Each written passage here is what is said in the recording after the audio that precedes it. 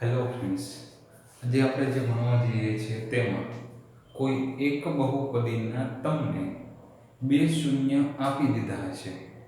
એટલે કે આપેલ બહુપદીના શૂન્ય આપેલા છે અને બાકીના શૂન્ય આપણે મેળવવાના છે.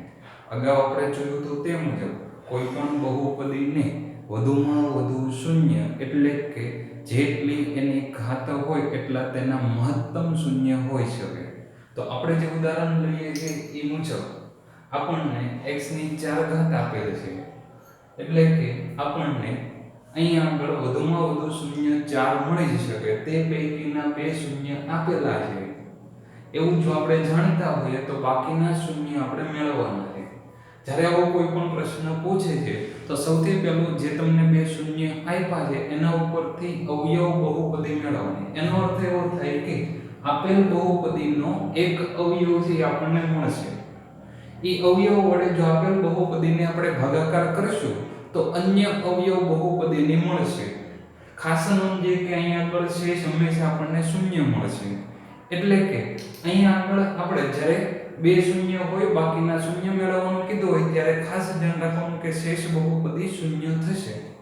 એટલે કે બાકીના શૂન્ય મેળવવું હોય તો જે આપણને ભાગફળ મળશે એટલે કે અન્ય અવયવ બહુપદી મળશે એને આપણે અવયવ પાડશું અને તેના ઉપરથી આપણને બાકીના બે શૂન્ય મળશે. તો આપણે જોઈએ કે જે બે શૂન્ય કીધા છે એનો અર્થ એવો થઈ ગયો કે x બરાબર √2 હોય અને x બરાબર -√2 હોય. બે શૂન્ય હોવાથી આનો બીજો અર્થ થાય કે x ની બદલે √2 મૂકો તો આપેલ બહુપદીનો જવાબ 0 થાય. એને આપેલ બહુપદીનું શૂન્ય કહેવાય. તો આના ઉપરથી આપણે અવયવ બહુપદી મેળવવી હોય તો અવયવ બહુપદીને આપણે કહીએ g of x. એટલે કે અવયવ લખું તો x ની બાજુએ સંખ્યાને લઉં x -√2. જેમ કે કોઈ પણ બહુપદીનો 3 અવયવ હોય તો એનો અવયવ કયો થશે તો કે x -3. કોઈ પણ બહુપદીનો 105 છે એવું કહેવામાં આવે તો એનો અવયવ કયો થશે x -5. એવી જ રીતે કોઈ પણ બહુપદીનો 1/√2 હોય તો એનો અવયવ કયો થાય x -√2. એવી જ રીતે બીજું શૂન્ય કીધું તો x -√2 તો એનો અર્થ થાય કે એનો અવયવ થશે x +√2 અને આ બંને અવયવનો ગુણાકાર એટલે કે અવયવ બહુપદી મળશે અને આ અવયવ બહુપદી વડે આપેલ બહુપદીનો આપણે ભાગાકાર કરશું. a - b a + b એટલે કે a² - b² મુજબ થાય. એટલે કે પહેલાનો વર્ગ માઈનસ બીજાનો વર્ગ x² - √2² ઇક્વલ ટુ x² √2 નો વર્ગ 2.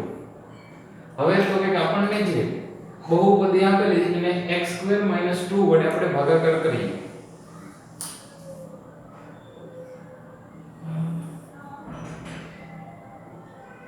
2x ની 4 ઘાત -3x નો ઘન -3x નો વર્ગ +6x -2 એને x² - 2 વડે ભાગતા.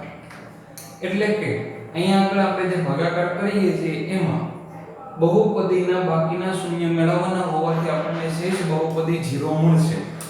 તો હવે અહીંયા આગળ નિયમ મુજબ તો કે 2x ની 4 ઘાત છે એને આપણે x² વડે ભાગાકાર કરીએ તો આપણને મળશે 2x². આપણને કયું મળશે 2x². જે આપણે ભાગફળમાં લખીએ તો 2x². પેલું પદ થઈ ગયું 2x ની 4 ઘાત. 2x² નો -2 સાથે ગુણાકાર કરો એટલે કે -4x². માઈનસ અને પ્લસ પેલું પદ કેન્સલ થાય. આ પદ છે એમના નીચે આવશે એટલે કે -3x નો ઘન. -3 + 4 એટલે કે +x². એક પદ નીચે એટલે +6x નીચે લઈ જાય. નિયમ મુજબ તો કે પહેલા પદની નીચે પહેલું પદ -3x નો ઘન એને આપણે x² વડે ભાગાકાર કરીએ તો -3x મળશે. આપણને કયું પદ મળશે તો કે -3x. જે આપણે ભાગફળમાં લખીએ તો -3x.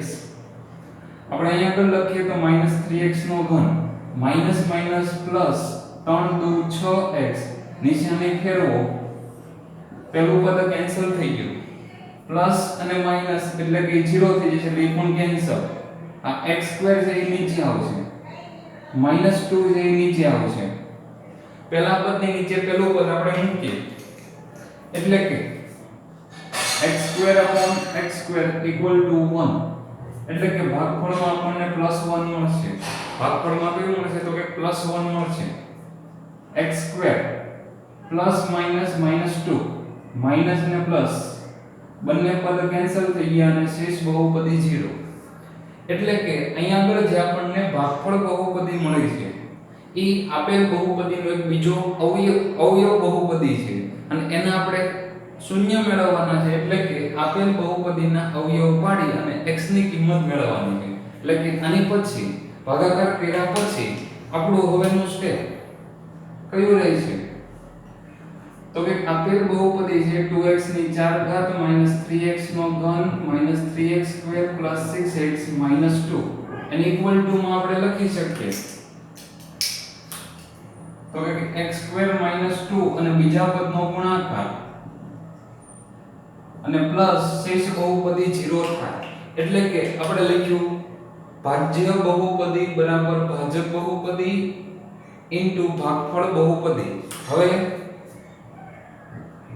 તો કે 2x² -3x + 1 ના અવયવ પાડતા એટલે કે એની બરાબર 0 ઉકેલ મેળવતા અને ઉકેલ મેળવવો હોય તો આપેલ બહુપદી બરાબર 0 લેવું પડે. નિયમ મુજબ તો કે 2 અને 1 નો ગુણાકાર 2, ગુણાકાર 2 થાય અને સરવાળો છે 3 થાય એવા આપણે અવયવ પાડવાના છે.